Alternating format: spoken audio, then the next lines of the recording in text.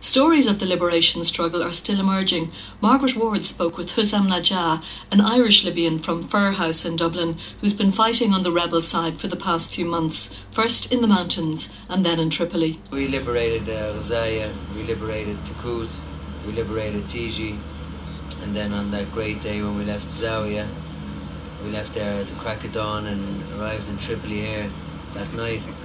We'd gained something like 40 kilometres in the one day.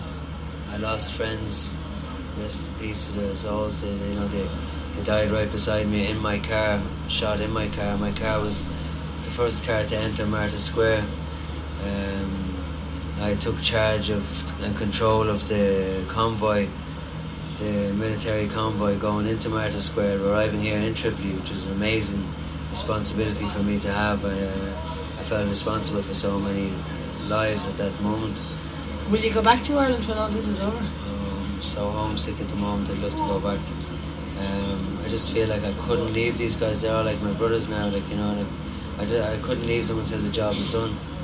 But I will be. I'll definitely. My daughter back home. I have to see her at some stage, and just all my friends and family and stuff.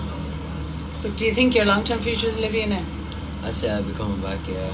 I'd say after visiting Ireland for a while, I'd say I'll be coming back here, building a nice house, something with a swimming pool and the nice hot weather. Somebody has to stay here to build it all back up again.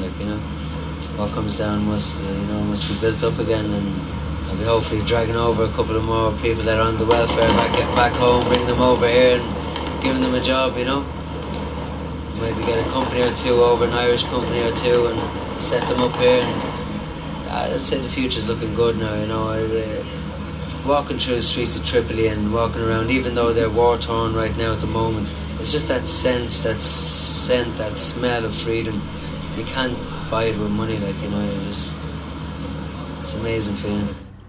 Hosam Al-Najjair from Morning